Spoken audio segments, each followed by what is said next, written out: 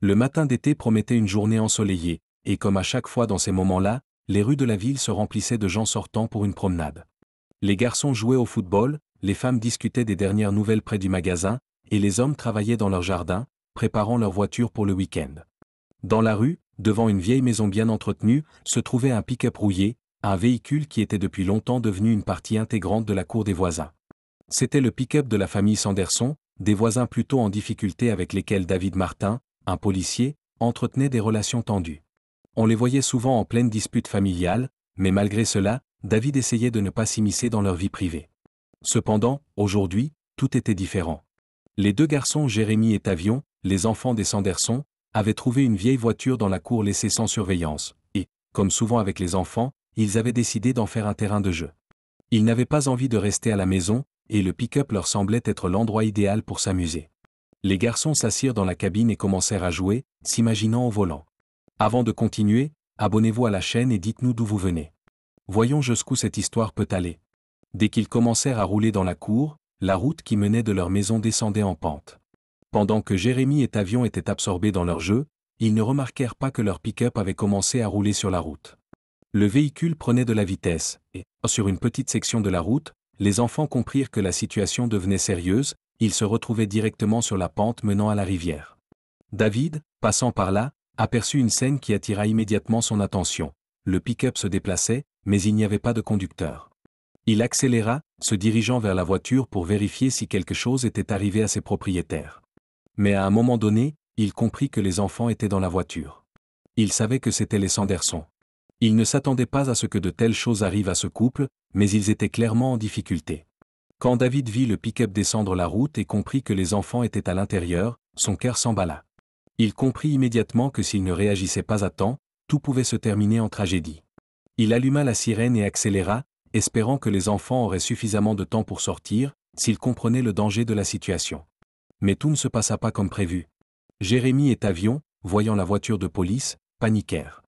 Ils ne savaient pas comment expliquer ce qu'ils faisaient dans le pick-up d'un autre, et, pris de panique, ils appuyèrent sur l'accélérateur, espérant quitter la route. Mais sur un secteur glissant, la route tournait brusquement, et le pick-up dérapa hors de la route, se dirigeant vers la rivière. Les bruits de l'eau engloutissant la carrosserie de la voiture déchiraient l'air, comme le tranchant d'un couteau. Le pick-up s'écrasa dans l'eau. À ce moment-là, David ne pensait à rien d'autre qu'à sauver les enfants. Il sortit immédiatement de sa voiture et sauta dans la rivière, malgré le froid et l'eau glacée. Ses forces le quittaient, mais il savait qu'il devait agir vite. Les garçons criaient déjà lorsque la voiture disparut complètement sous l'eau. David réussit à les sortir un par un. Il lutta contre le courant et, haletant, réussit à atteindre le rivage. Jérémy fut le premier qu'il sortit, puis, le cœur battant, il plongea pour retrouver Tavion. Après quelques secondes interminables, il sentit sa main toucher le corps de l'enfant. Peinant à sortir les deux enfants de l'eau, il les remit aux mains des secours, qui arrivèrent immédiatement sur place. Le cœur de David battait plus vite, mais il savait qu'ils étaient vivants. Il les avait sauvés. David n'avait jamais pensé que la situation avec les Sanderson pourrait changer sa vie aussi brusquement. Il avait toujours gardé ses distances, ne s'immisçant pas dans leurs problèmes, sachant que leur famille vivait dans un conflit constant. Mais maintenant, après avoir sauvé les enfants de l'eau, tout avait changé. Il comprenait qu'il devait faire quelque chose pour les aider. Après l'incident du pick-up, les Sanderson furent soumis à une enquête des services de protection de l'enfance. Les enfants, à cause de leur âge, ne comprenaient pas pleinement ce qui s'était passé, mais les adultes étaient bien conscients que leur comportement mettait en danger leur avenir. La famille était au bord de la ruine, et les services sociaux commencèrent une enquête pour déterminer dans quelle mesure il était sûr pour les enfants de vivre dans une telle maison. Les parents des enfants fréquentaient régulièrement les bars locaux et menaient une vie destructrice, ce qui attira l'attention des autorités. Mais c'est après avoir sauvé les enfants que David comprit que cette famille avait une chance. Il ne pouvait pas les laisser dans une situation désastreuse. Il proposa son aide aux Sanderson, malgré tous les conflits et malentendus passés. Sauver les enfants lui donna la certitude qu'il devait changer quelque chose dans leur vie. Au début, les Sanderson n'avaient pas cru qu'ils pouvaient changer quoi que ce soit. Ils étaient désespérément effrayés à l'idée de perdre la garde de leurs enfants. Mais malgré les difficultés, ils commencèrent à changer leur vie. La peur de perdre leurs enfants les poussa à revoir leurs habitudes, à arrêter de boire et à demander de l'aide aux travailleurs sociaux et aux psychologues. David devint pour eux non seulement un policier, mais aussi un mentor. Il les soutenait à chaque étape, et malgré leur résistance et leur méfiance, il ne les abandonna pas. Chaque jour, la famille Sanderson devenait de plus en plus forte. Les enfants recommençaient à aller à l'école, et leur comportement changeait sous les yeux de tous. Les parents redevenaient plus responsables, et leurs relations s'amélioraient. Cet incident devint pour tous une leçon sur l'importance d'agir au bon moment pour changer non seulement sa propre vie, mais aussi celle de ses proches. Et, finalement, la famille Sanderson, sauvée de la misère, commença lentement à retrouver sa place dans la société. Quant à David Martin, il comprit qu'en sauvant les enfants, il avait été impliqué dans le changement du destin de toute la famille. Les Sanderson avaient du mal à digérer tout ce qui s'était passé.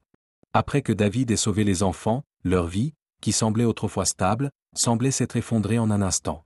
Bien que l'incident avec le pick-up se soit bien terminé, il devint le point de départ d'une série d'événements qui changèrent leur destin. Maria et John Sanderson, les parents des enfants, n'arrivaient toujours pas à se remettre de ce qui s'était passé. Une peur constante régnait dans leur maison. Les enfants avaient failli être emportés par la rivière, et les services de protection de l'enfance avaient commencé à surveiller la situation. Les autorités ne leur faisaient plus confiance, et ils savaient qu'ils pouvaient perdre leurs enfants si leur comportement ne changeait pas. Maria, qui souffrait de dépression et avait souvent recours à l'alcool, traversait une période de sevrage, tandis que John, malgré toutes ses tentatives de montrer sa confiance, ne pouvait cacher son inquiétude croissante. Les enfants eux-mêmes, Jérémie et Tavion, commencèrent à réaliser qu'il n'était pas aussi simple que ça. Des questions tournaient dans leur tête: pourquoi un policier nous a-t-il sauvés? Et que va-t-il se passer si nos parents ne réussissent pas à changer? Ils commencèrent à comprendre que leur vie ne dépendait pas uniquement d'eux, mais aussi de la capacité des adultes à résoudre leurs propres problèmes. David, observant la situation, décida de prendre non seulement le rôle de policier, mais aussi celui de mentor. Il proposa à Maria et John de l'aide sous forme de recommandations pour des séances de conseil familial et leur suggéra de rejoindre des groupes de soutien pour ceux qui luttaient contre l'alcoolisme. Il savait que ce ne serait pas facile, mais il croyait qu'il pouvait changer leur vie. Maria, les larmes aux yeux, commença à assister au groupe de soutien, et John accepta de participer à des séances de psychothérapie. Mais malgré cela, leur relation restait tendue. La pensée effrayante qu'ils pouvaient perdre leurs enfants était trop forte. Le changement ne se fait pas du jour au lendemain, et la famille Sanderson le comprit. Mais chaque mois, il devenait de plus en plus évident qu'ils étaient prêts à changer pour le bien de leurs enfants. Maria suivit plusieurs mois de thérapie et commença progressivement à reconstruire sa vie. L'alcool n'était plus son compagnon constant, et bien que la lutte fût difficile, elle réussit. Grâce à David, qui la soutenait constamment dans les moments difficiles, Maria comprit qu'elle n'était pas seule dans ses efforts. John commença également à changer. Sa passion pour l'alcool s'amenuisait, et il passait de plus en plus de temps avec les enfants. Il comprit que pour regagner leur confiance, il ne suffisait pas d'arrêter de boire, mais qu'il devait devenir un modèle pour eux. C'était une lutte, mais il était prêt à aller jusqu'au bout. Pour Jérémie et Tavion, les changements furent également visibles. L'école ne leur semblait plus un endroit où se cacher, et ils commencèrent à participer activement aux activités scolaires. Les enfants ne ressentaient plus cette tension et cette peur constante. Chaque mois, ils devenaient plus confiants et sereins. Parfois, David les rencontrait au parc, et ils se réjouissaient sincèrement de se voir, comme de vieux amis. Lorsque les services de protection de l'enfance eurent terminé leur enquête, ils reconnurent que la famille Sanderson avait fait d'énormes efforts pour améliorer les conditions de vie pour leurs enfants. Ils ne risquaient plus de perdre la garde de leurs enfants, et leur vie retrouvait à nouveau un peu de lumière. David ressentit un grand soulagement, mais il savait qu'il restait encore beaucoup de travail à faire. Un an s'était écoulé depuis ce jour tragique où David avait sauvé les enfants de la voiture qui roulait vers la rivière. Tout avait changé. Et bien que la famille Sanderson n'ait pas oublié la peur et la douleur de ce moment, ils commencèrent à avancer.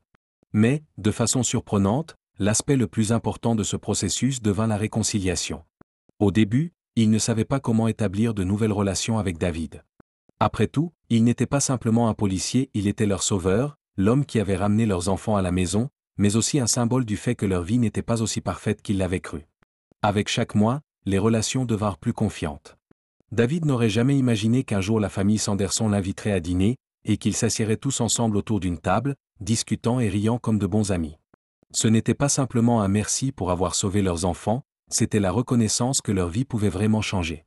Et un soir, alors qu'ils étaient tous ensemble dans le salon, John dit: « Tu n'as pas seulement sauvé les enfants, tu nous as tous sauvés.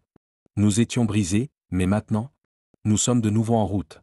Et tout ça, c'est grâce à toi. » David, surpris par ces mots, ressentit une fierté qu'il n'avait jamais éprouvée auparavant. Il n'aurait jamais imaginé que cet événement deviendrait un tournant dans la vie de chacun. Mais maintenant, il comprenait. Parfois, même en sauvant quelqu'un du danger, on peut aider les gens à trouver leur chemin, en les sortant des coins les plus sombres de leur vie. La soirée se poursuivait, et la famille Sanderson commençait enfin à sentir qu'elle avait un avenir à bâtir, et David, lui, savait qu'il avait accompli sa mission non seulement en tant que policier, mais aussi en tant qu'humain. À partir de ce moment, tout changea. La famille devint plus unie, les enfants grandissaient en bonne santé et heureux, et David, malgré sa réserve, savait que parfois ce qui commence par une tragédie peut devenir le début d'un nouveau chemin lumineux. N'oubliez pas de vous abonner et de liker, cela compte beaucoup pour nous.